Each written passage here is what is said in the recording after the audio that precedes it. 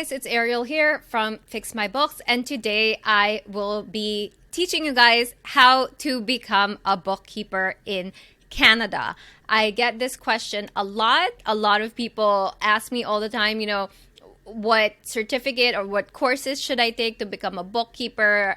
How did you become a bookkeeper? So I want to talk about all of that today. So first things first, if you guys don't know, I am actually an immigrant. So I immigrated to Canada from Hong Kong, but I was born and raised in the Philippines. So it's a long story, but we'll get to that in a little bit. So first things first, I went to university in the Philippines.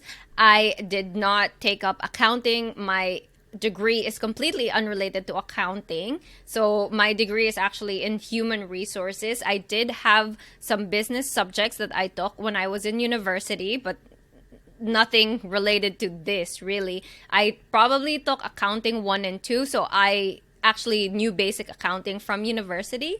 And I really did enjoy my accounting classes, even though that was not my major.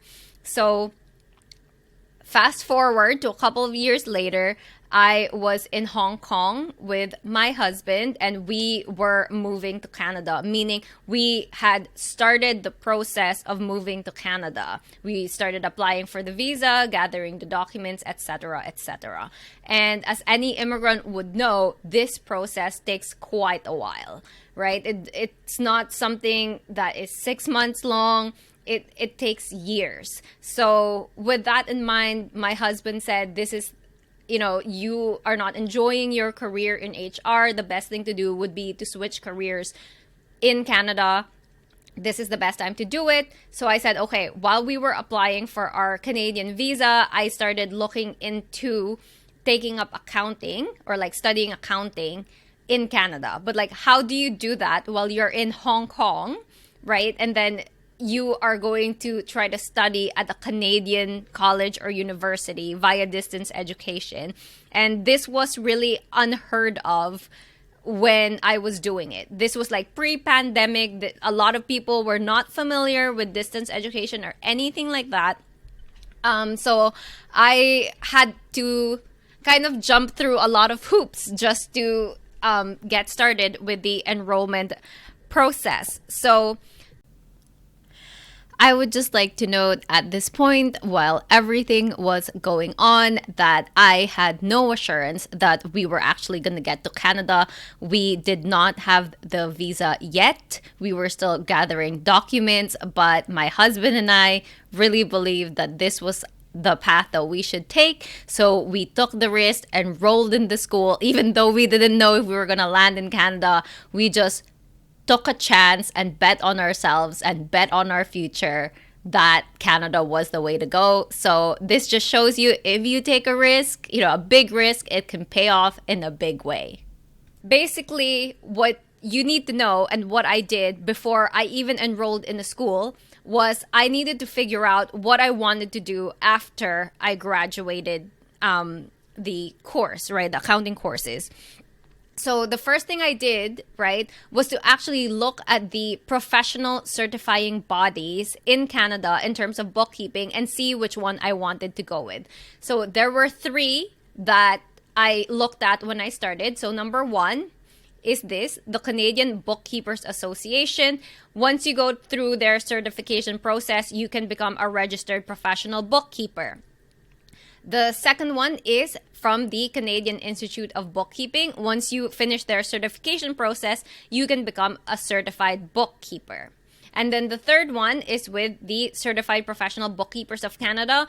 Once you finish their certification process, you will become a certified professional bookkeeper. So with those 3 choices in mind, I knew I wanted to be certified because I knew that I wanted to differentiate myself against everyone else who just calls themselves a bookkeeper. I wanted to show my clients like, hey, I went through the trouble of becoming certified. I did all the courses, like you can trust me.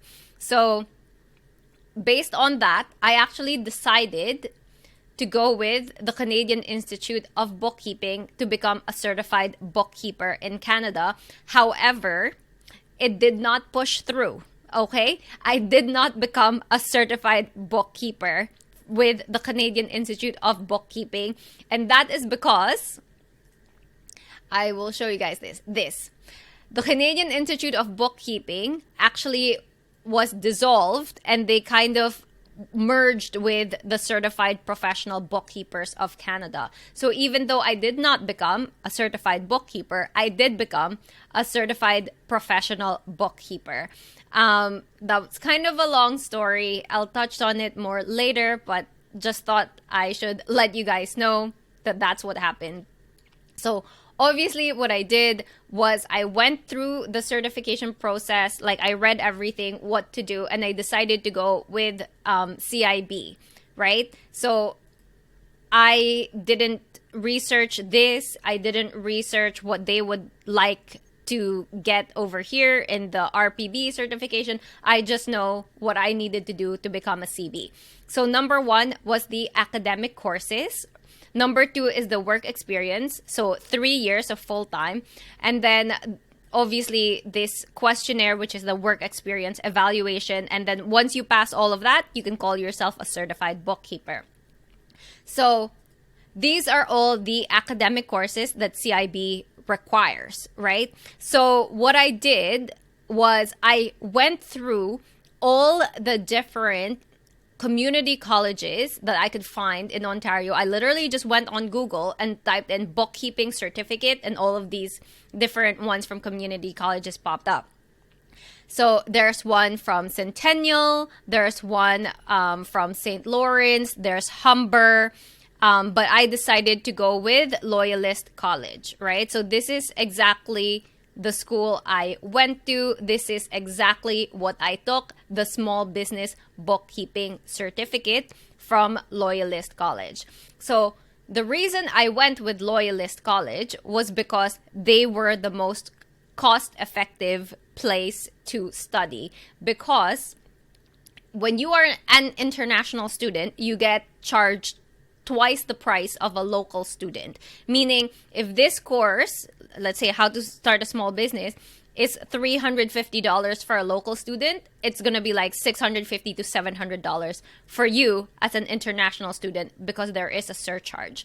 So the reason why I went with Loyalist was because I emailed everybody asking, well, do you have a surcharge for international students? Loyalist said no. They said that I would get the local student rate because I was doing it via distance education or something. So I said, okay, that's fine. And that's why I went with Loyalist College. That is 100% the reason why. Now, I am not sure if it's still the same. So I don't know if you were to contact them, if it would still be the same, because I remember seeing something here saying that if you're an international student and you want to apply to one of the distance education programs, you need to contact them or something about it. So I don't know what that means. I don't know if you're going to get the surcharge as an international student now, or they will still keep you at the local student rates as an international student if you do it via distance education. I'm not really sure. I'm just telling you what happened to me, that I paid the local student rates even though I was an international student and I was studying this in Hong Kong. So with that out of the way, what I did was I checked all these courses against whatever courses they wanted. And then I would ask them, okay, will you take this as an equivalent of this? So for example, bookkeeping 1, right? Introduces basic bookkeeping principles. So I asked them, will you take financial accounting 1 as an equivalent for bookkeeping 1? So I asked them all of this in advance, and they did say, yes, we would take this. No, we wouldn't take this. For example, this one, payroll administration. Will that be an equivalent for payroll administration here? Of course, they'll say yes or no. And then this one, income tax, right? Will this be an equivalent for the income tax over here? Taxation 1. So I just needed to know. And like this one, accounting applications or QuickBooks introduction. Which of these would be equivalent to computerized, applications 1, computerized applications 2, and so on and so forth. So before you decide on anything, before you enroll into anything, I would really encourage you to talk to the school as well as the professional body that you want to be a part of. Again, I was contacting CIB during this time because I was trying to get certified with CIB. And every time there were some instances, right? So you can see 1, 2, 3, 4, 5, 6, 7, 8, 9, or 8 because it says choose one.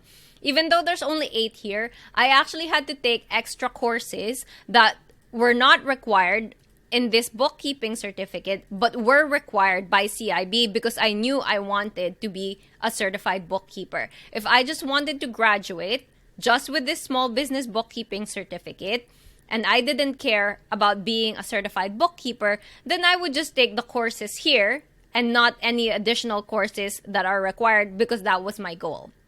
Right? The reason why I'm emphasizing this is just because you finished this bookkeeping certificate doesn't mean you fulfilled all the academic courses required. So I had to take additional courses.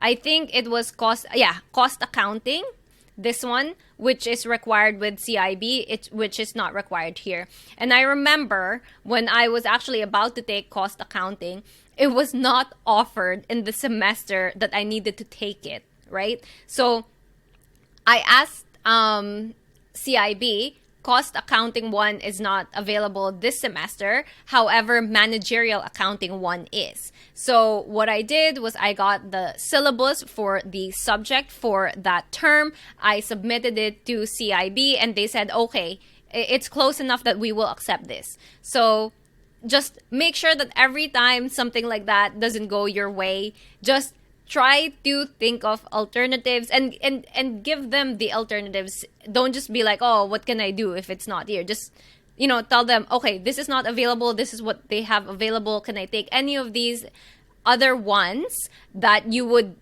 be happy to accept as an equivalent? Just make sure, try to problem solve, guys. That's all I'm saying.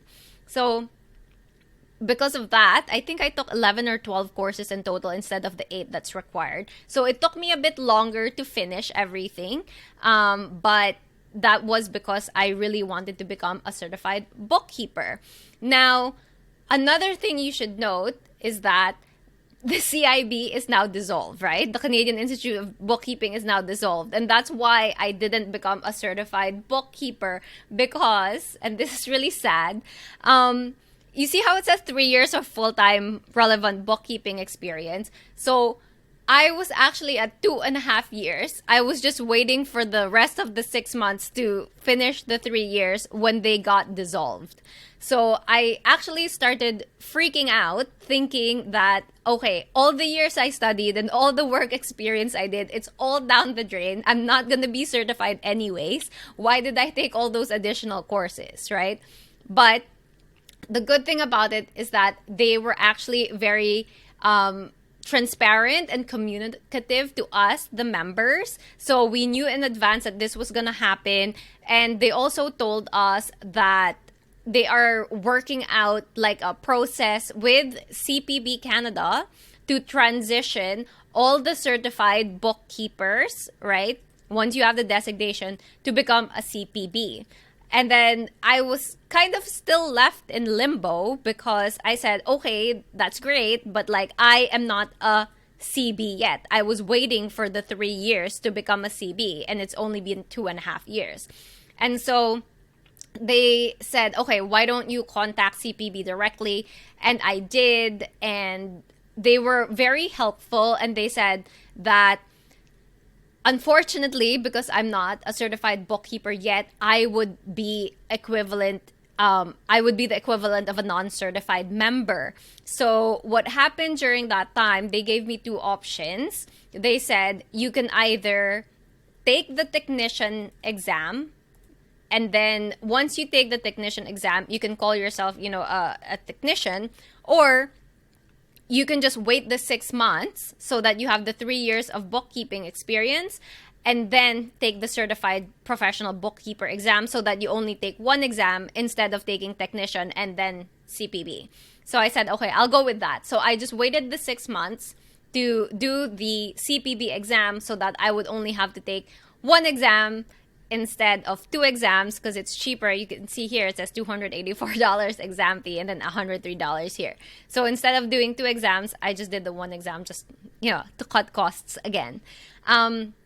So that's why I am a certified professional bookkeeper, but not a certified bookkeeper, because of the dissolving of CIB and the whole transition. So now, obviously, you will not have that problem, because you really only have 2 choices now.